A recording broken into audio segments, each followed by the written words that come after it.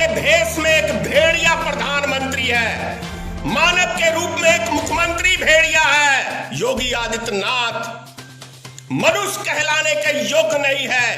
गरीब मजदूर रोड पे भूख से मर रहे हैं, तड़प के मर रहे हैं, पैदल चल के मर रहे हैं, एक्सीडेंट से मर रहे हैं, और ये शाही फरमान जारी कर रहा है। यही कसूर है ना इस देश की जनता का कि उसने आपको बड़े विश्वास के साथ मत दिया था कि ये हमारा रक्षक है, और यही दावा किया था ना प्रधानमंत्री ने कि ये देश सुरक्षित हाथों के अंदर है। मैं देश को झुकने नहीं दूंगा, मिटने नहीं दूंगा। मैं देश को झुका भी दिया, देश को बर्बाद भी कर दिया, देश को तबाह कर दिया।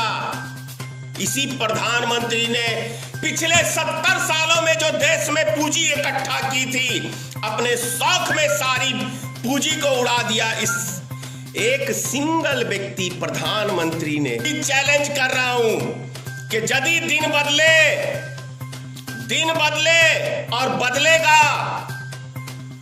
यदि दिन बदला और यदि भारतीय मित्र पार्टी की कभी सरकार बनी, तो जितने मजदूर हिंदुस्तान में मरे हैं भूख प्यास, रोड पे चल के एक्सीडेंट पे, तो आपके ऊपर मर्डर का मुकदमा चलना चाहिए।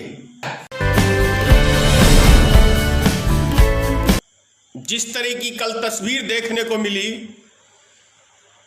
उत्तर प्रदेश की सरकार, योगी आदित्यनाथ की सरकार दावा करती है कि राम राज का स्थापना हो गया है, अब राम राज का राज है।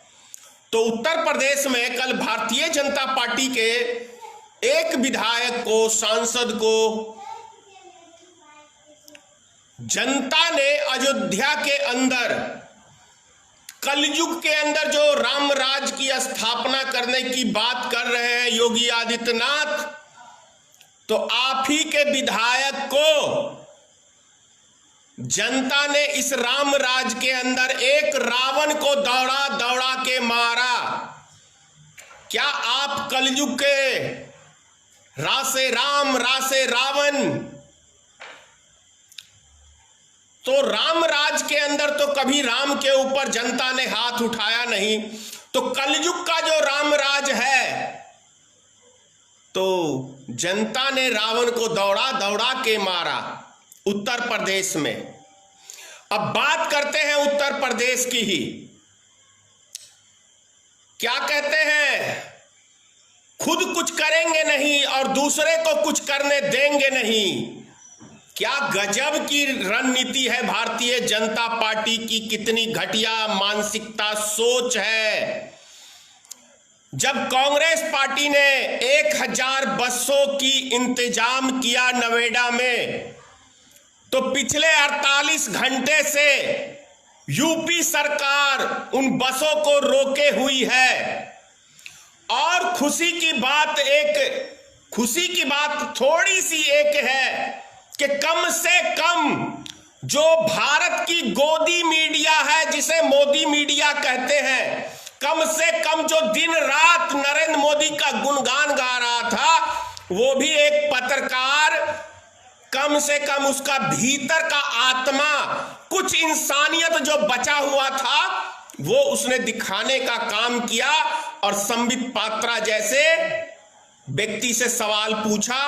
इसके लिए मैं पहली बार न्यूज 18 के एंकर को धन्यवाद देता हूं। पहली बार कम से कम इस थोड़ी सी तो इंसानियत। और जो गरीब मजदूर, एक वीडियो में आपको दिखाना चाहता हूं कि एक व्यक्ति, भारत में जो राम राज की स्थापना हुई है नरेंद्र मोदी के द्वारा, योगी आदित्यनाथ के द्वारा, जो राम राज की स्थापना हुई है, इस राम राज के अंदर कुत्ते का रोड पे अक्सर एक्सीडेंट हो जाता है। तो इस राम राज के अंदर एक व्यक्ति दिल्ली से सटे हाईवे पे, वो भूख प्यास से तड़प रहा व्यक्ति, उस कुत्ते का मांस खा रहा है इस रामराज के अंदर। इससे ज्यादा क्या नरेंद्र मोदी इस पे जश्न मनाएंगे? क्या योगी आदित्यनाथ इसके ऊपर जश्न मनाएंगे? एक व्यक्ति बालू समझते हैं ना, रेत फांक रहा है, तो भारत में इस रामराज के अंदर गरीब मजदूर रेत फांक रहे हैं।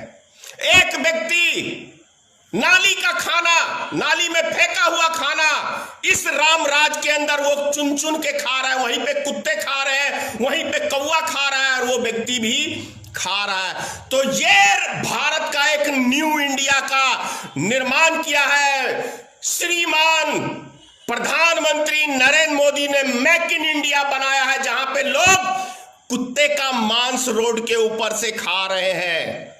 यह योगी आदित्यनाथ का रामराज का स्थापना हो रहा है, जहां पे लोग गंदी नाली से रोटी खा रहे हैं। क्या कमाल के मुख्यमंत्री हो योगी आदित्यनाथ, क्या कमाल के प्रधानमंत्री हो।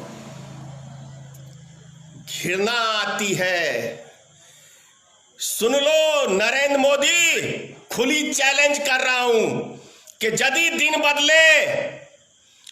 बदले और बदलेगा, यदि दिन बदला और यदि भारतीय मित्र पार्टी की कभी सरकार बनी, तो जितने मजदूर हिंदुस्तान में मरे हैं भूख प्यास, रोड पे चल के एक्सीडेंट पे, तो आपके ऊपर मर्डर का मुकदमा चलना चाहिए और चलेगा यदि आई पावर हाथ में। तो एक एक मजदूरों का, एक एक किसान का, एक एक दलित भाई का, एक एक महिलाओं की इज्जत का हिसाब, किसान की मौत का हिसाब तुम लोग को चुकाना पड़ेगा आने वाले समय के अंदर। इस बात को याद कर लेना,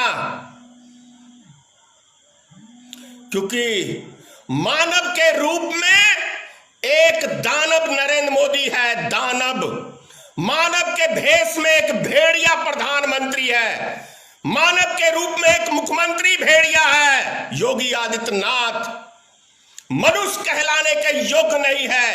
गरीब मजदूर रोड पे भूख से मर रहे हैं, तड़प के मर रहे हैं, पैदल चल के मर रहे हैं, एक्सीडेंट से मर रहे हैं, और ये शाही फरमान जारी कर रहा है किसके ऊपर?